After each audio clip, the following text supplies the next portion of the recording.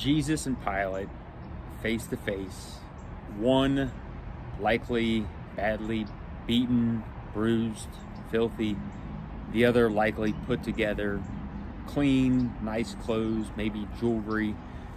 One a king, the other aspiring to be such a ruler. I mean, he already was in a place of power. He was the governor.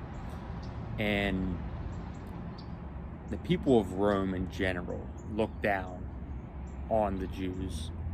And someone like Pilate, who was considered to be a pretty ruthless man, sarcastically asked Jesus, "Are you the king of Jews?" It wouldn't take long for Pilate to be impressed with Jesus. And remember, Pilate looked down on Jews. He thought they were like dogs. They weren't worthy to be even in his presence. But here Jesus is, toe to toe with someone with tremendous worldly power. But Jesus would shake Pilate to his core. And we'll get to that soon enough. But my reminder today is to be careful how we perceive other people.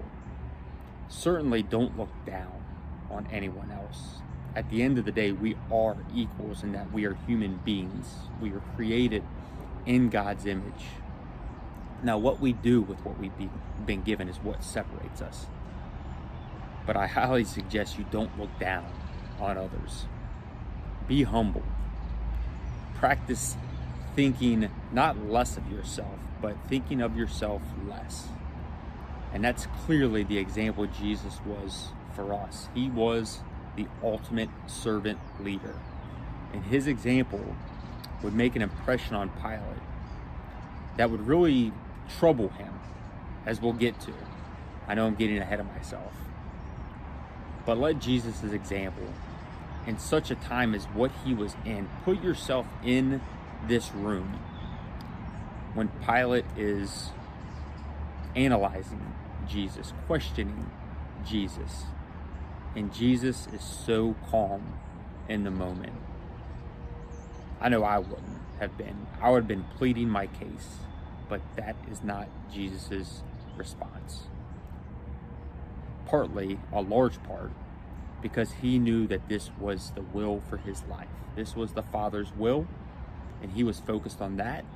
And so he had clarity, he had confidence, he had courage that he was on the right track, and he was fulfilling his purpose while he was here.